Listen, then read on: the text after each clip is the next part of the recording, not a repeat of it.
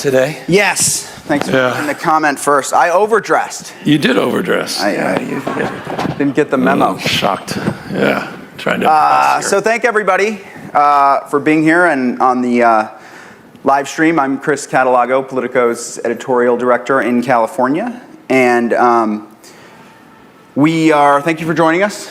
Good to Governor. be with you. Good to be here.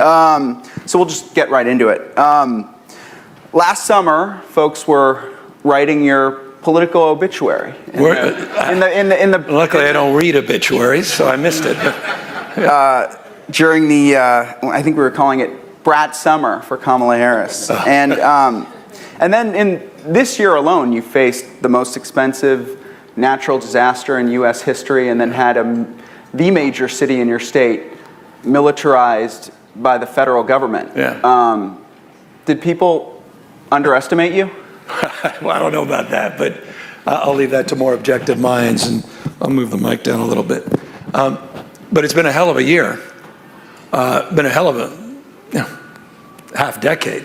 All that stacking of stress, all the anxiety that all of us have faced as we work through a pandemic, as we work through social unrest, as we sort of unwind so much of what we took for granted as relates to the global economy and supply chains. And then, of course, Trump 2.0, depending on which side of the aisle you're on, it's impacts the immune system. And of course, what happened in January was extraordinary. It happened in the middle of winter, one of the largest and most devastating wildfires in U.S. history. Fire attached to 100-mile-an-hour winds. Two extraordinarily large fires damaging communities in Altadena and Palisades, and dozens of other fires which we seem to forget about in and around the region in Southern California. If that wasn't enough, to your point, we saw something unprecedented in modern American history, and that is the President of the United States that federalized the National Guard and did something he never did in his first term. He never sent the military overseas. He sent the military to the United States of America. He sent 700 active duty members of the Marines to the second largest city in the United States of America. Nothing about that is normal, and nothing about that should be normalized. He also threatened the American people who happen to live in California that he wouldn't provide aid. He conditioned the aid at a time, disaster, in the middle of the disaster, didn't even wait till the fire was suppressed to threaten the American people that happen to live in the state of California if we, quote unquote, didn't do his bidding. It is a hell of a time in American history. How's that impacted on you, though? Going back to the original question. It's made me more resolved, even more focused. I didn't hear much of that last panel, but I did hear Jim mention the recall. That's pretty clarifying. A lot of finality in that. A lot of humility in that. You don't come out of a recall campaign the same. I came into that recall campaign still arguing that all politics is local. I still had a romantic notion of that. I intellectualized that a lot of our politics and the discourse was national. I didn't fully appreciate how nationalized our politics have become. In so many ways, that shape-shifted a lot of what we're doing and who I am today. But this last year, these last 6-7 months, this is something altogether different. And I'm on the other side of any kind of hesitancy that I had prior. I'm on the other side of giving a damn about people's feelings about this moment. I will express myself more clearly and more concisely because I see the threats in very vivid terms in ways I never saw before.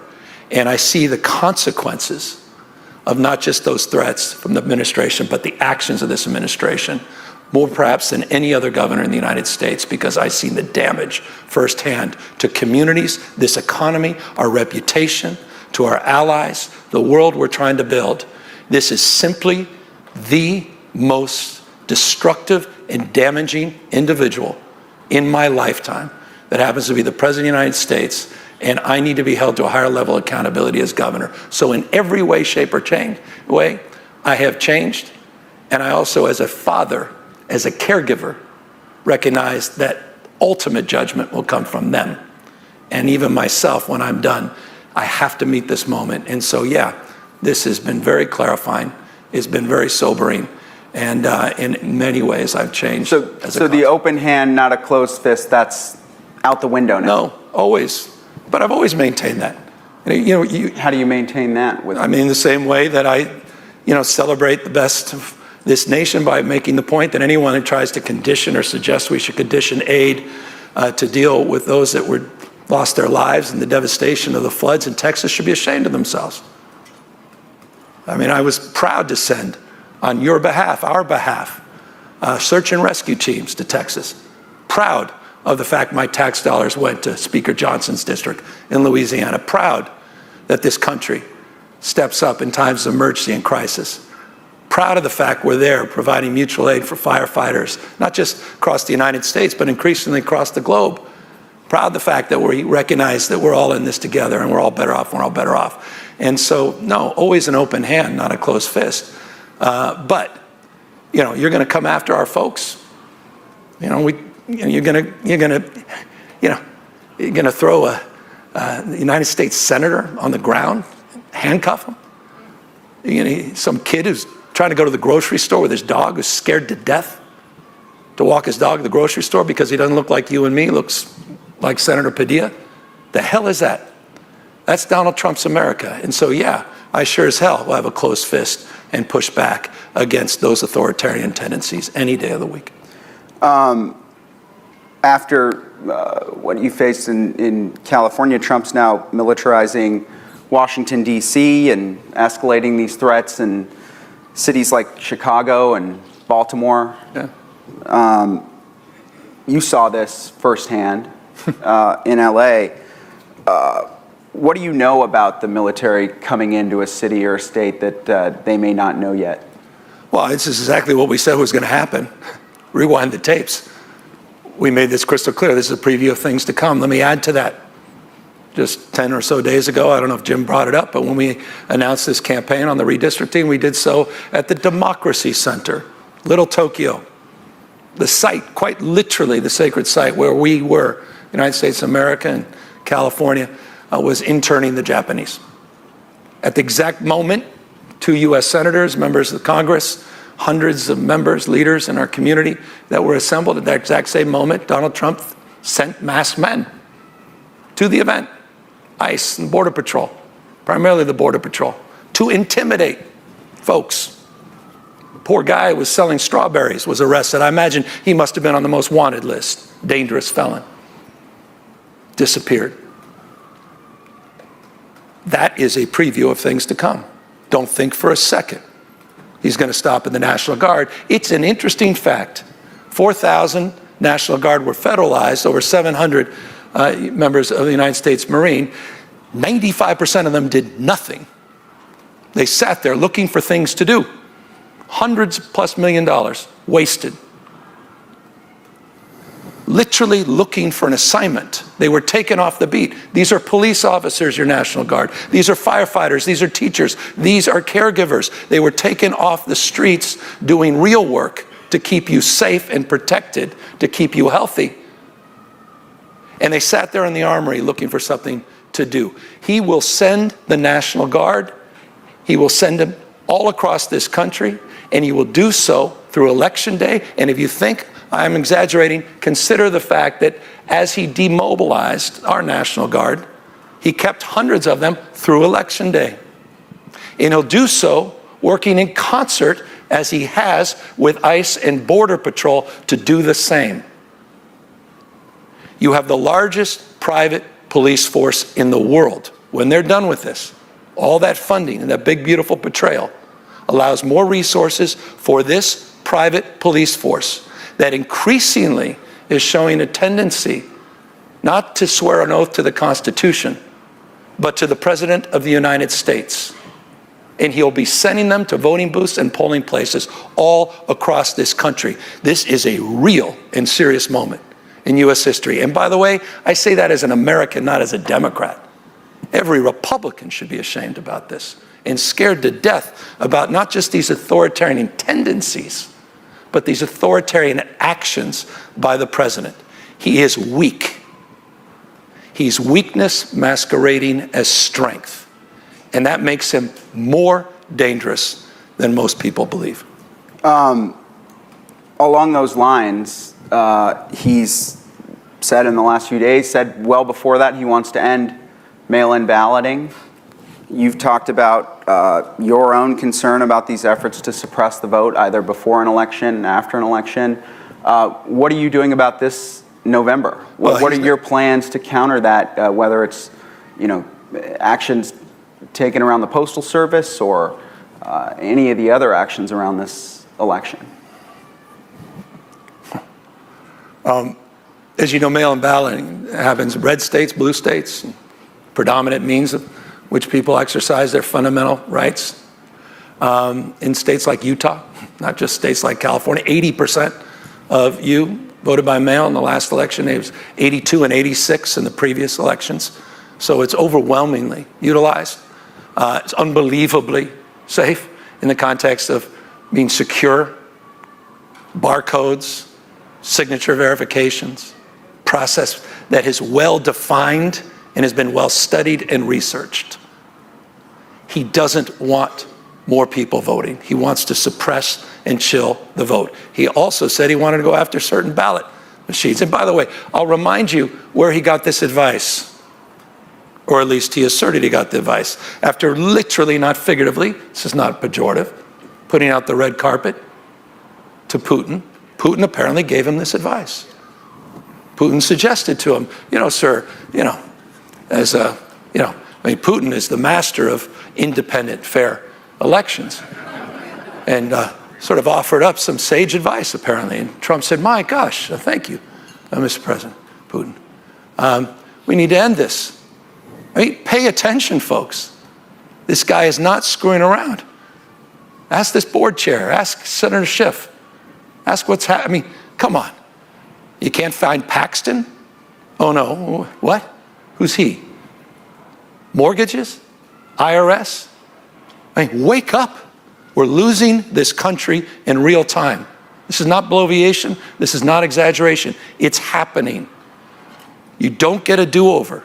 249 years, those enduring values, best of Roman Republic, Greek democracy, co-equal branches of government, popular sovereignty. The rule of law is being replaced with the rule of done, period, full stop. And so we have to assert ourselves with more clarity and conviction. That's why, with respect, that last panel was so important. That's what Prop 50 represents, a response to that.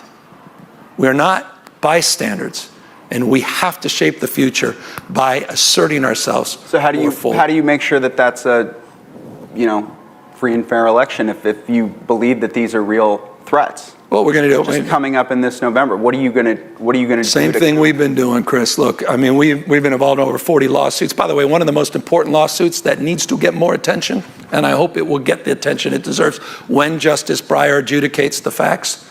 But just a few weeks ago, we deposed members of the Border Patrol. We deposed members of the military, General Sherman, among others, under oath in federal court on posse comitatus. All of what you just described accurately about what Trump is asserting now with an executive order and a strike force to move the military into American cities is at threat on the basis of, again, the rule of law. We count on the courts. We count on this thing called the Constitution. And we count on judges to adjudicate the facts fairly. Any day, any hour, Justice Breyer will come out with the first posse comitatus decision. It will have profound and far-reaching impacts. We're still waiting for the appellate court decision as it relates to the illegal tariffs. And the fact that your backpacks cost more, and pencils cost more, and paper costs more for school. This is a guy who's going to ruin your Christmas with the tax on all the toys coming in the next few months. These tariffs, these illegal tariffs. He has no right, legal right, under the Independent Emergency Powers Act to advance that. We're counting on the courts. You asked how? Yeah. We count on the courts. You can't count on Speaker Johnson. He has disappeared. He has completely failed in his role and responsibility as Speaker. What an embarrassment he is. What an abject failure he continues to be. And I dare say, with respect to Speaker Johnson, He may want to invite the National Guard into Shreveport, Louisiana, that has 6 times the murder rate as Nancy Pelosi's San Francisco. If you want to take care of the carnage in this country, Mr. President, look to the red states, 8 of the top 10 murder states in America, all red states. Look at the carnage in places like Shreveport, Louisiana. It's not about any of that. It is about a dominant, it's about aggression, and it's about authoritarianism and tendencies. And my son said this. My 9-year-old, God is my witness, Dutch is sitting there watching the president and say, why does he keep saying he's a dictator? People that keep saying things like that actually might be a dictator. And he then went on to say, why don't we watch YouTube? And wanted to go on a game. What do you guys watch on YouTube? That's a whole nother, we watch other people watching Minecraft. I mean, that's a whole nother conversation. Yeah, I need a drink, not some water. I'm going to quickly change topics before getting back to Trump. But you've been pretty vocal about this billion-dollar settlement offer that Trump has made to UCLA. The extortion. And, called it a shakedown. Yeah. You referred to him as the Don, mafia-like figure. I didn't, did we? Good. Yeah. So how are you going to stop that? I mean, we see folks entertaining a settlement. It sickens me to the core. You know, all for one for all, or whatever. I mean, Intel. I mean, this is a guy, I love these guys. Hey, Sean Hannity, you watching? You're so disgusted, Laura? So sickened by Mandani talking about, socializing a bodega or something, or a grocery store, and here you are, Intel. You just socialize and nationalize Intel. You got your guy Howard Lutnick, the great Lutnick, who's out there talking about nationalizing people that do business in this country, the Pentagon, Lockheed. But this is a decision of the regents. I mean, in the UC, this is not. Well, I'm a member. Not of Hannity or Lutnick. No, it's about this moment, and it's about people standing tall. It's about making the case to those members. How do you exert your influence? Hey, you have moral authority, not just formal authority. I have a little formal authority too. I'm a member of that body. Yeah. I also help fund it. Yeah.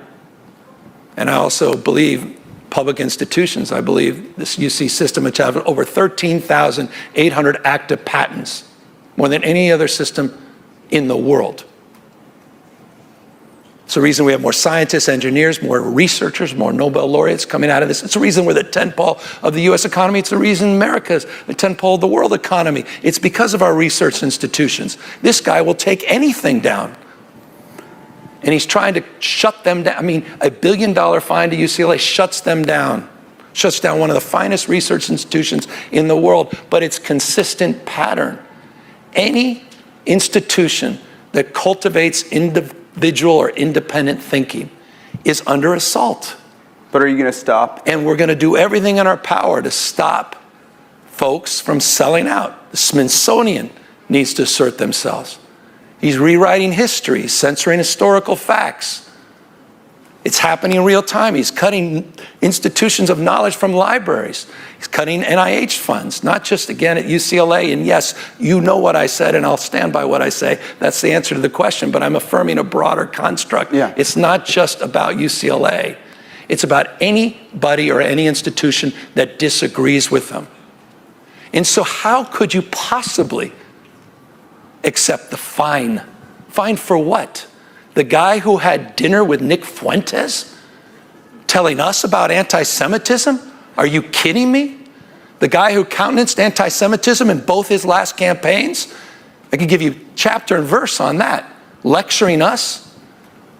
You saw, you just saw California came out leading the nation in terms of our response to anti-Semitism. It's a point of pride. It sickens me to my core. And I'll remind you, I'm one of the governors that visited Israel right after October 7th. Not only visited Israel, we also went there with a field hospital, also to not only protect and address the issues of Israel, but also to address the humanitarian crisis in Gaza. We did that. My point is, I'm not taking a backseat to anybody on that, and I sure as hell ain't going to listen to Donald Trump. It's a false pretense. And by the way, Jewish Caucus and others had the guts to finally pushing back, saying, how dare you use us for this assault on independent thinking? And so, no, the regents need to do the right thing. That said, I get it. They're all scared. Everyone's scared. That's why they sold out at Columbia. I mean, I mean, you heard the President of the United States at the cabinet meeting looking over. They were laughing.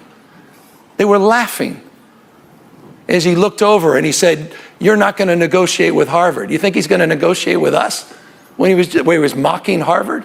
That's sitting on $53 billion endowment, and they're talking about selling out with $500 million.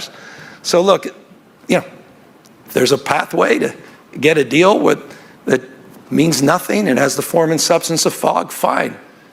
But the minute we sell our souls or sell out our values, that ain't going to happen on my watch. No money. For what? Yeah. What did we do? I got it. For what? No, but just stop the if Joe Biden came in and said, "I want $1 billion," for what? No one even asked the question. They say, "What about this? Is outrageous. It's reckless." Joe Biden tried to nationalize Intel. If Joe Biden did a deal to send H2O chips to China and take 15% tithing, like they did at NVIDIA and AMD, people would be outraged. Are you kidding me? All right, I'm going to change topics again. No, wake up, everybody. Wake up, everybody. Including Sean Hannity, who may or may not. Yeah, well, I mean, Sean's very sensitive. So you debated with Fox is sensitive. Who already said that? We put a little mirror up to them. I saw that. They are so situationally unaware. I'm going to get to that. I'm going to get to that one later. We'll talk about their deal. Yeah. I'm going to get to chatbots for Trump. Chatbots. Chatbots. Yeah. So you debated Ron DeSantis on Fox. Would you debate Arnold Schwarzenegger on Prop 50? I know. I have no interest in that. No way. What about interest? Because that's for you. It doesn't serve the public in any meaningful way. It's theater. Why wouldn't it serve the public? Because I don't think I'd. What about Donald Trump? What if he would debate you on Prop 50? I debate on profit. Come on, we're having a very. I'm really proud of this in this respect. Prop 50. It's temporary. We maintain the Independent Redistricting Commission. By the way, as someone who has receipts supporting independent redistricting, opposed as mayor of San Francisco, one of the few Democrats in the state that publicly opposed the repeal of independent redistricting. We maintain the Independent Redistricting Commission, except for a temporary period, just for congressional seats, to respond to this unprecedented assault by Donald Trump to try to rig the next election.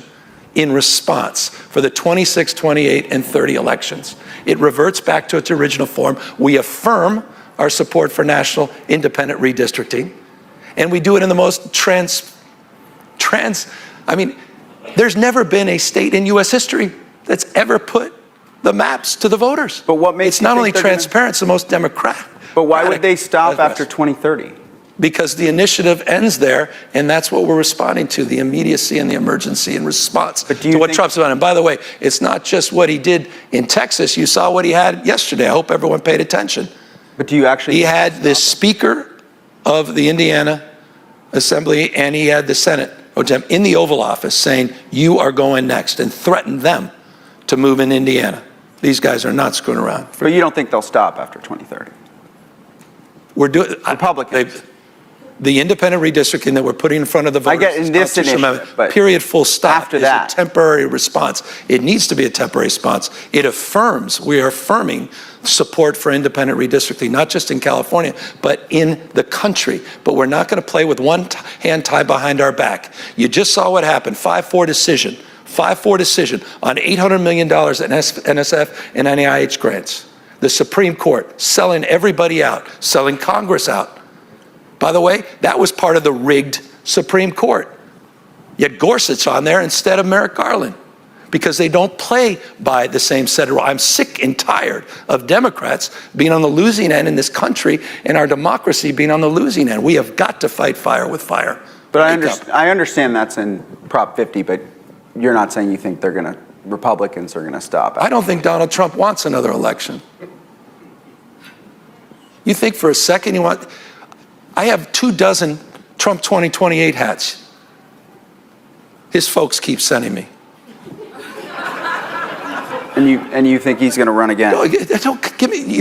Who spends $200 million on a ballroom at their home and then leaves the house?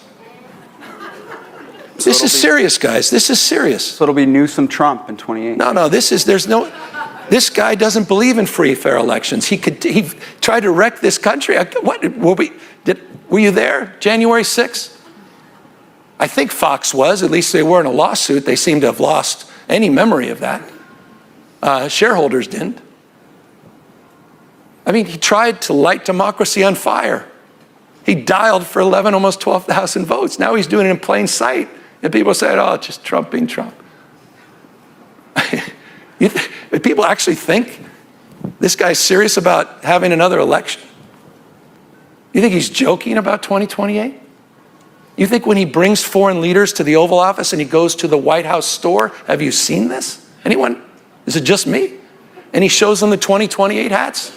He's not being serious? Wake up. You will lose your country. Again, it's not about Democrats. It's about all of us. So you're absolutely convinced he's... I'm absolutely convinced. 2028. You've seen it. He's tried to steal the last election. He's trying to rig it in plain sight this time. He wants to get rid of vote by mail. He's talking about eliminating voting machines he doesn't like. He's setting up the contours where he can declare a declaration of emergency for anything. Just cause means whatever he just said on Truth Social. He's running the greatest grift operation in world history. I mean, it makes some of these dictators overseas blush, the crypto. Not just the perfume. I mean, come on. Let me ask you about a couple of your... Wake up, everybody. Wake up. Let me ask you about a couple... Excuse me, and I know it's impolite. We have to be more calm and demure. A couple of your own... But I'm not calm, and I'm not going to submit myself to niceties. Not when this guy's trying to wreck our goddamn country. So, a couple of your own experiences with him. You had this 90-minute meeting earlier this year when you went there. Where he showed me a painting, he said, turn around. And I said, oh, there's FDR. And I'm like, oh, of course. And he said, what do you mean? I said, I know exactly what you mean. And then he went on and on about the third term. Yeah, that same meeting, 90-minute. Have you told that story before? Just said it. This was the first time? To the extent. So do you take notes in it? It's a scoop. I have a good memory. Scoop-tanity. By the way, I had a 16-minute memory of when he alleged that he read me the riot act on L.A. and didn't even want to talk about L.A. before he nationalized the Guard. And by the way, we took contemporaneous notes of that because I thought it was very important. And we submitted them to Congress because they've requested them. And I'm looking forward to you all reading what we discussed that night. And it won't surprise you, but it should shock you. Can you share what he said publicly, lied to everybody, you, American people, and what he said privately, and what was really on his mind. So he's showing you the FDR painting. Yeah, well, we talked about his crypto grift as well. What did he say about that? He was surprised that meme coin's not even a coin. He goes, hey, it's not even a coin. By the way, I'm about to come out with a coin on my Patriot site. So you may want to look into that. You're adding that? Yeah, we're probably adding that. We're sold out of a lot of things on the Patriot site. I think we'll add a coin, maybe a Trump corruption coin or something. Yeah. What else goes on in a meeting like that? What's in the notes? What's in the notes? I didn't take any notes during the Oval meeting, but the notes will be made public. Congress, they've been sent. I know, but are you allowed to preview them? Apparently there are no rules anymore. No, so I'm allowed to, I guess. I mean, I've already been threatened with arrest. Under what pretense do you want to arrest the governor, Mr. President? Well, he was elected. Just pause and think. So what are we going to see? Just like he said, he's entitled to 5 seats, entitled. And I'm the one being accused of overstating that he may not be so interested in an election in a few years. I'm the one being accused of that, as he just pardoned all the January 6th insurrectionists and is talking to us about rule of law and thought we should prosecute someone for I don't even know about the details of the sandwich. But that was an outrage on Fox, but not the pardoning of people that actually attacked law enforcement and police officers. Where he uses our American heroes, takes them away from their families, off the beat where they're doing important work, and leaves them in armories without enough food or water. You saw the photos on cots and mats. We're supposed to be listening to that? The spirit of patriotism? So again, wake up. She covered a lot there, but in that meeting, You just want you got the notes. I meme know what you coin. want, Chris. You got the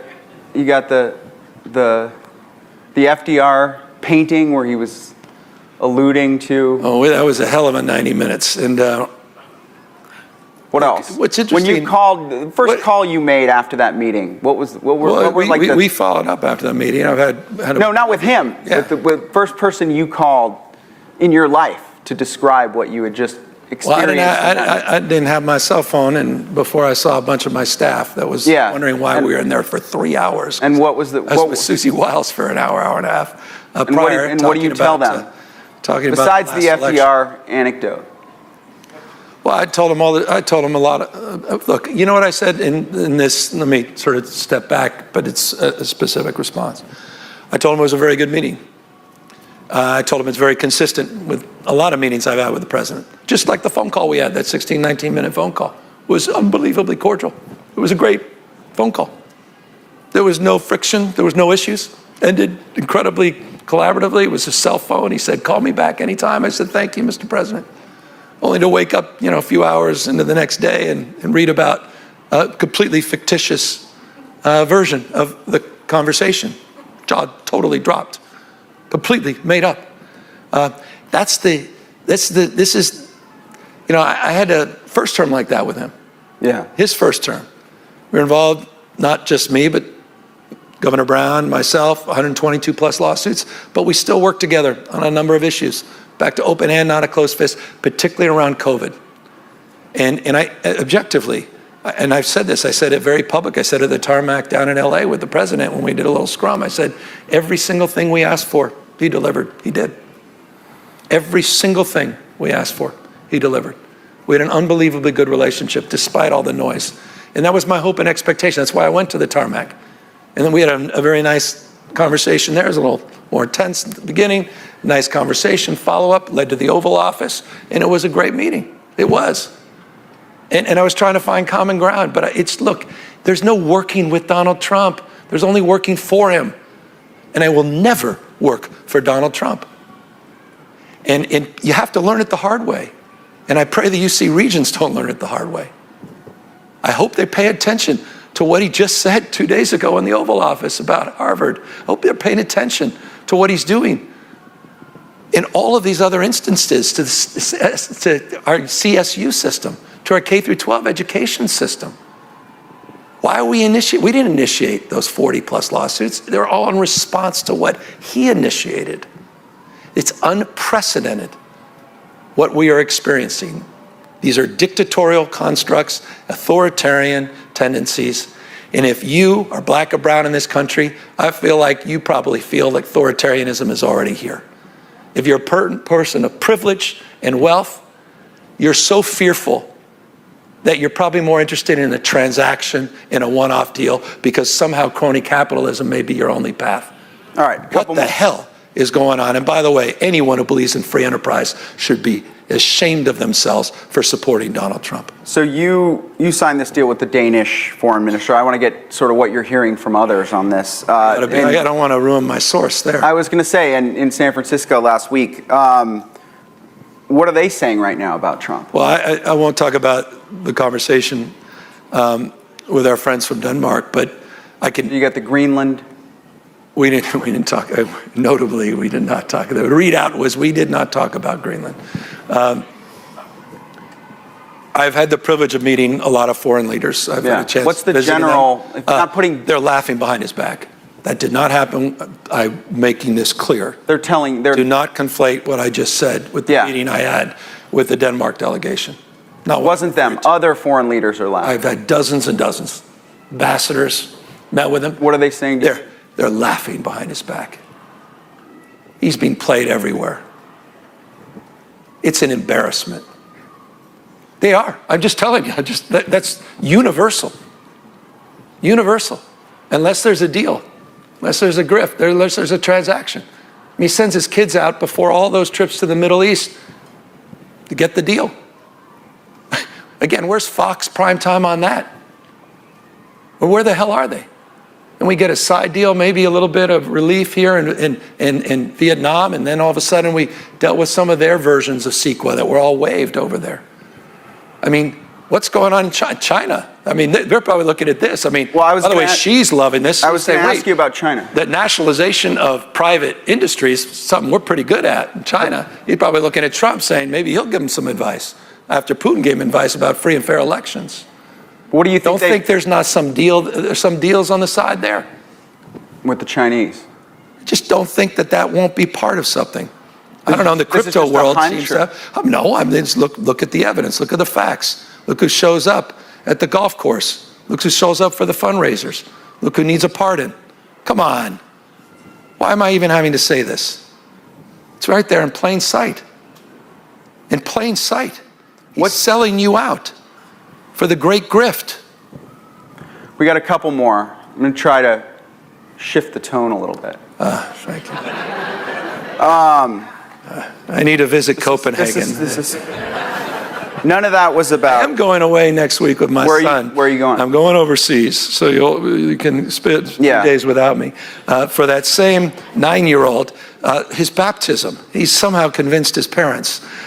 He's got some family. He's doing this. He's a designer. He may become Pope one day. Are you going to the Vatican? Yeah, so we're doing a baptism overseas. I can't share everything at peril, but a little privacy. But I'm looking forward to a few days off. Apparently, I think most of you are probably saying he needs it after this. Do you think you'll get an audience with the Pope? One of the great thrills of my life was to be with the Pope at the Vatican talking about climate change and talking about criminal justice, which was something I'll never forget a year or so ago. So from the sacred to the profane, I guess you could say. That's my transition. I love it. Do you personally approve the press office tweets that go out from your... There is a little... we have a kill switch. Yeah. So to the extent that I don't kill it, then I guess How many do you kill? Less every day. As I said, I've just thrown it out. Do you see a point where you get tired of those? Like, are they going to get old? Yeah. Look, no one's not. We're iterating. That's been the cause of my life. I try to iterate.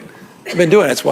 That's why we did the debate against DeSantis and Fox and Sean Hannity, which is why we started showing up. But no Arnold debate. You're just taking that off the table. Like the Arnold debate. It's like, I visited with Arnold on this. We talked. We debated this. Were you disappointed? Do you feel like he violated the spirit? No, just the opposite.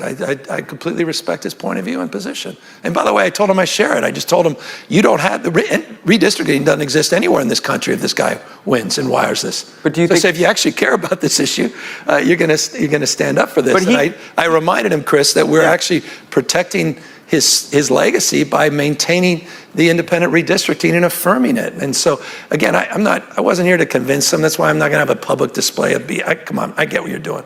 But I showed the respect because I do respect the governor.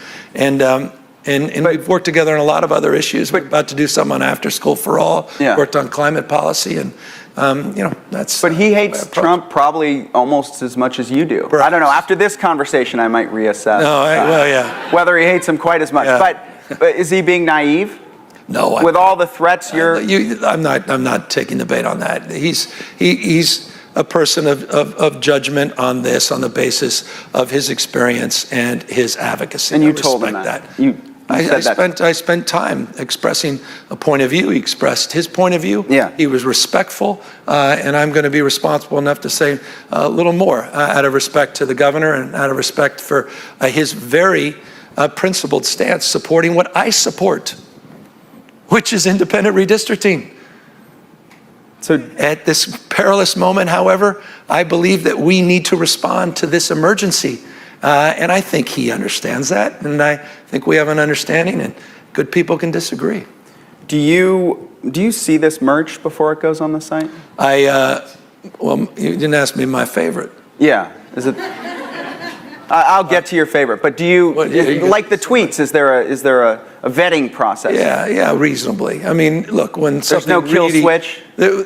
I'm going to need some deniability eventually, so I'm going to create some space because invariably something's going to go out that may have crossed a line, and I will, of course, deny any association. And, and so I need a little bit of space. You have a tank top on there, sort of Taylor Swift inspired. What does it say? Taylor inspires a lot of us. It says Trump is not hot. Look, this is a guy who retweeted himself on Mount Rushmore. This is a guy who retweeted himself, dare I say, as Pope. Yeah. This is a guy who's hawking a Trump Bible. This is a guy who's out there selling perfume and with one of the great grifts, a coin. But I want to get to the Trump is not hot. So this is a guy who has merchandise. Selling 2028 hats. So this is a guy who says Trump is never wrong. But who in politics? This is a guy who has Hulk Hogan and others praying for. You have those now. Well, yes. You have all. I think I quite enjoy myself. You should take. If you haven't looked at the Patriot Shop, I encourage you to take a look and peruse. The Bible is sold out, and but there's a lot of new merchandise coming. And as I said, I'm really intrigued by this Trump corruption coin. Which I think is coming to the shop near you. I want to hear. What's the countdown for that? I don't know. I hope it's sooner than later. Again, it's some record-breaking merchandise here. It really is. I mean, I didn't realize that this was A, so enjoyable, number one, and B, so impactful in this respect because it's serious. It's putting the mirror up to the absurdity of all of this. The fact that you have allowed this, we, including me, have allowed this to be normalized. The fact that these pundits and mouthpieces out there, these chatbots on One American News and Newsmax and, all the parroting we're seeing on Fox, and there's no situational awareness as they're assaulting and attacking the integrity of my assertion that I have the right to do things in all capital and talk about big, beautiful maps and talk about Columbus would be all this, and thank you for the attention. Somehow that's offending their senses. They say it's not gubernatorial, but apparently it's presidential. All right, so Trump is not hot. A question for you, and we can go out on this one. So By the way, I think you've finally seen some photos of me that have been untouched, which is good. Some of the photos without my shirt. It's good to see me without any. Usually they touch things up, but those are some actual, authentic photos out there. So, who in politics is hot? Well, I think I think a lot of governors. Names here. I think the Democratic. I think the biggest problem. I'm gonna battle. You can't do the whole group. You wanted to go a little light. I'm gonna go serious. That's not light. But seriously, I'm light in this case. LIGHT.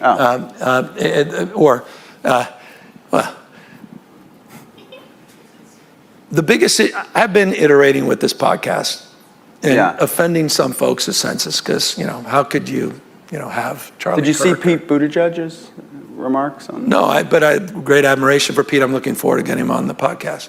But good people can disagree, and they have. They've been very expressive about the demerits of having Newt Gingrich or Michael Savage or some folks they may disagree with. I think it's important.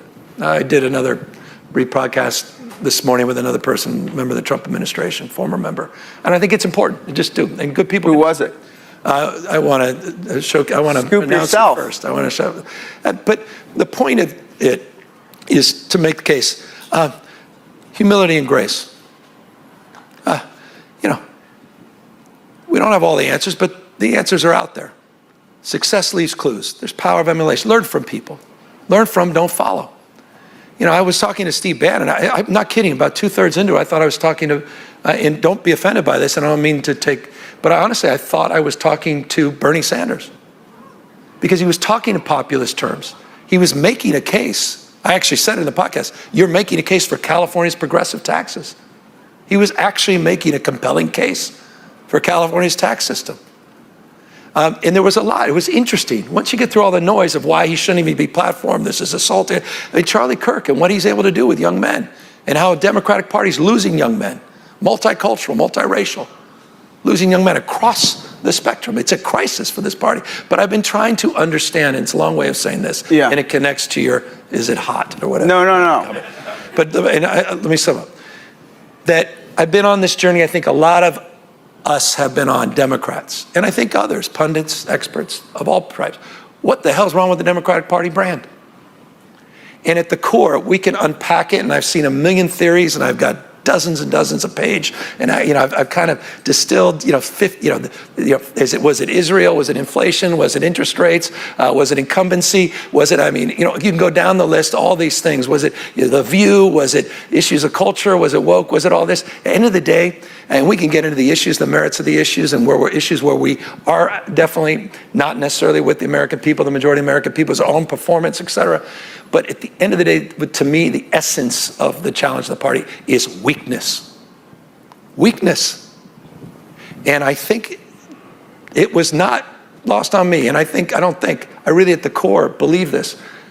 The most eloquent spokesperson that understood this decades ago was Bill Clinton after we got shellacked to one of the midterms. And you all know this quote, but it's important to be reminded of it. He said, given the choice, when he was reflecting on it, and we were all saying we need to go to Applebee's, and there was a best-selling book on that at the time, and it was sort of hillbilly elegy was coming up, and we were discovering this guy, J.D. Vance, and we were all trying to understand our way out of the wilderness.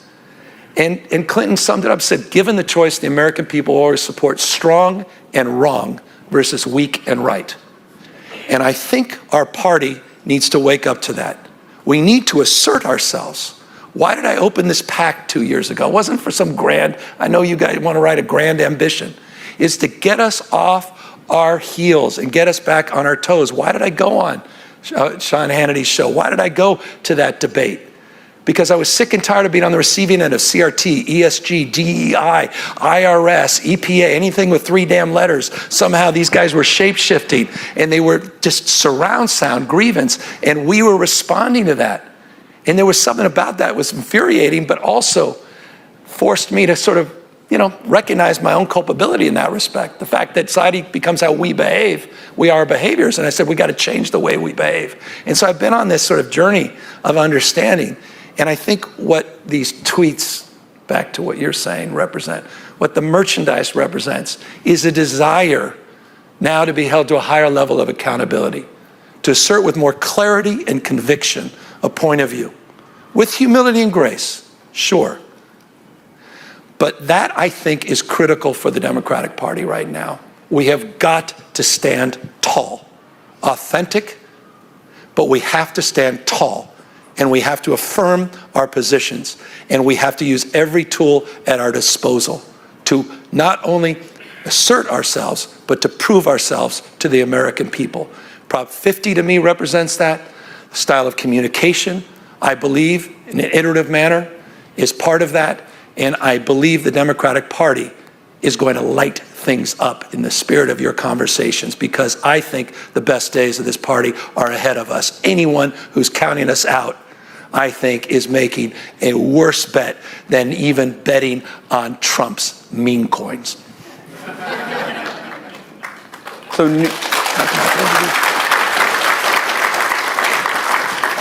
So you and Trump in 28. Well, I think isn't JFK running with him again, Junior, in 2028, or maybe Epstein will come back and run with Trump. We haven't even talked about Epstein. Yeah, I was going to say, you've kind of tiptoed up to that and talked about it on Sean Ryan. And I don't know, I just thought it was interesting when Elon Musk tweeted out that he's in the Epstein files. 3 days later, there were no files.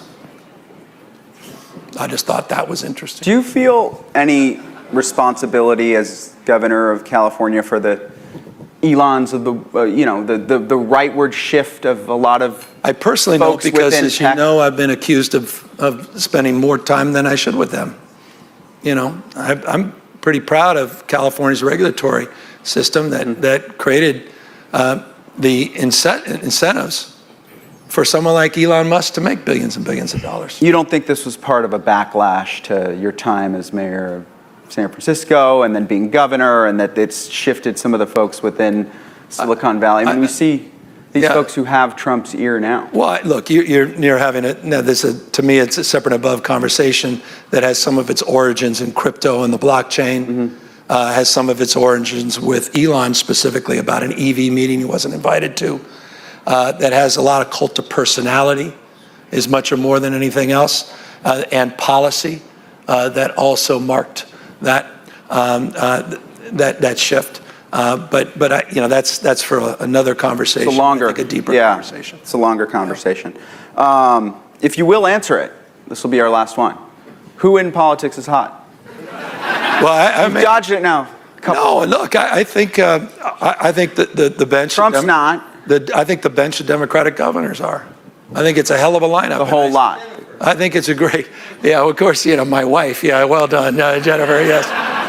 Bailing you out. I'm not sure she's long for politics. She's trying to stay out of this. Is she going to run for something? She's got a new documentary. It's an update of misrepresentation. By the way, I just want to say, and we'll end on this because this is an opportunity. Yeah. To brag on my wife. My wife did a documentary called Misrepresentation about the mis- and underrepresentation of women and girls. She followed up with a documentary that's very interesting. It was called The Mask You Live In, about masculinity. And it was 2015. And as she reminds me, she says, I was previewing what was going on with this crisis of young men and boys a decade ago. And she said, with all due respect, your party, Gavin, your party, Governor, neglected this. And the Republican Party weaponized it. And I just think that's interesting because this issue, to me, explains more things in more ways on more days. At the core of the why we've lost young men begins, I think, our pathway back beyond the framework of strength versus weakness. And so forgive me for elongating that point, but yes, Jen Siebel-Newsom is Jen Siebel-Newsom and Democratic governors. And I'm proud. I'm very proud of. How many of those governors are gonna do what you're doing? Well, I hope more than none. Yeah. Did you talk to Moore before he came out? I was hearing Archbishop today talking about faith and works. Yeah. In relation to the tragic shooting in Minneapolis, and you got to pray that your feet move. And so I'm praying that we move our feet. And I'm praying that if we're successful, and we're going to be, because failure is not an option, this November with Proposition 50, that if he moves as he is intending to do in Indiana and Missouri and Florida and what's already taking shape in Ohio, and who knows what the hell else he may come up with, an executive order in some emergency rubric, that these governors are going to have to move. We're going to need to see other governors move in a similar direction. Democracy is at stake. You're calling on them to... I'm not calling on them because that comes across as patronizing and obnoxious. These are good people. They know what right and from wrong. You've got some unbelievably eloquent people that are superstars. One of them is the president in the future, maybe two. These guys are more than capable of figuring out themselves, but I think they understand what's at stake. Cool. Well, we'll end it on that, and thank you so much for your time today, and thank you to the audience for listening. It was fun. Thanks for dressing up. You don't seem so convinced. Thank you, Chris. Thank you, guys, very, very much. And stand by for closing remarks from Politico Stephen over there.